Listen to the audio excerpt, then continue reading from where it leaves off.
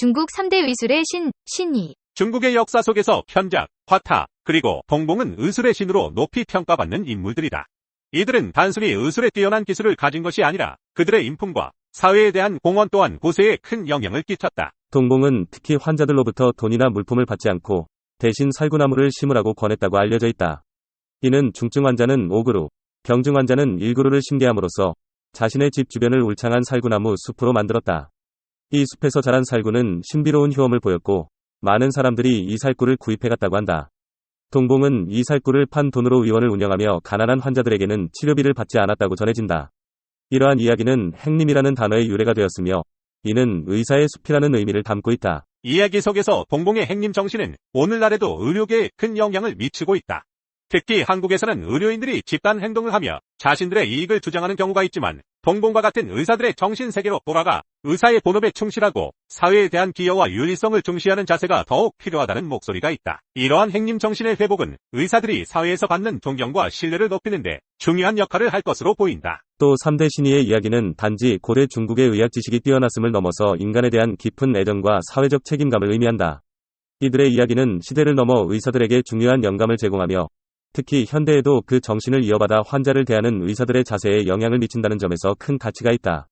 그들의 의술과 정신은 수세기에 걸쳐 전해지며 많은 사람들에게 존경을 받고 있다. 화타는 중국 고한 말기에 활동한 전설적인 의사로 자연에서 영감을 얻은 치료법과 침술, 약물 처방에서 독보적인 능력을 보였습니다. 그는 거미가 말벌의 침에 대응하여 이끼에서 치료를 찾는 모습에서 영감을 얻어 자연의 소재를 의술에 적용했습니다. 이러한 관찰을 통해 화타는 병을 치료하는 독특한 방법을 개발했습니다. 그의 의술은 환자의 마음을 이해하고 병의 근본 원인을 찾는 데 중점을 두었습니다. 침구를 주요 치료 방법으로 삼았으며 필요한 경우에만 약을 사용했고 수술은 가능한 한 피하는 방식을 선호했습니다. 화타는 침을 사용할 때 매우 신중하게 접근했으며 중병의 경우에도 제한적으로 침을 사용했습니다. 조조의 두통 치료 사례에서 화타의 의술이 빛을 발했습니다. 화타는 조조의 두통을 침으로 효과적으로 완화시켰으나 조조의 끊임없는 부름을 거절하게 되어 감옥에 갇히고 마침내 죽게 됩니다. 이후 조조는 화타의 부재를 크게 후회했습니다. 화타는 중국 의학신앙과 사회사에서도 중요한 위치를 차지합니다. 야광신앙을 포함하여 고대부터 당송대까지 역대 신이들에 대한 숭배의 대상이 되었습니다.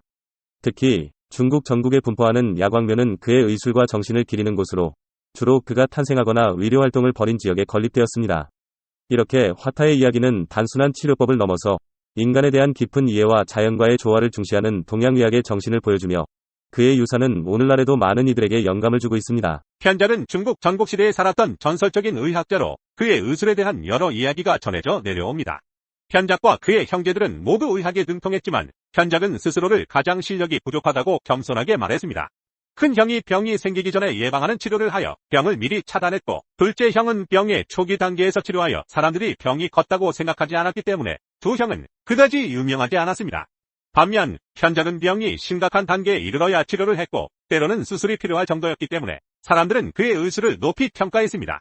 이로 인해 편작은 그의 형제들보다 더 유명해졌습니다. 편작은 수술과 약물 치료를 포함한 다양한 방법으로 환자를 치료했습니다. 한 이야기에서는 편작이 괭나라 태자를 치료하는 장면이 나옵니다. 편작은 침을 사용하여 태자의 사면과 오해를 찌르고 약재를 섞은 곤약을 양 겨드랑이 아래에 붙이는 등의 방법으로 태자를 치료했습니다. 이 치료 과정에서 편작은 기를 조절하고 오장을 정화하여 태자의 몸을 원래 상태로 회복시켰습니다. 이러한 치료 방식은 당시의 수술 중심의 의학 관행과는 달리 몸의 자연적인 회복 능력과 기의 흐름을 중시하는 것이었습니다. 편작의 의술은 단순히 병을 치료하는 것을 넘어서 병의 예방과 원인 제거에 중점을 둔 것이 특징입니다. 그의 이야기는 현대에도 의학에 중요한 교훈을 제공합니다. 건강을 유지하고 병을 예방하는 것의 중요성, 그리고 환자의 치료에 있어서 환자의 몸과 마음을 모두 고려해야 한다는 점을 강조합니다. 편작과 그의 형제들의 이야기는 의술뿐만 아니라 인간에 대한 깊은 이해와 사랑, 그리고 겸손한 자세까지 의사가 가져야 할 덕목을 잘 보여줍니다.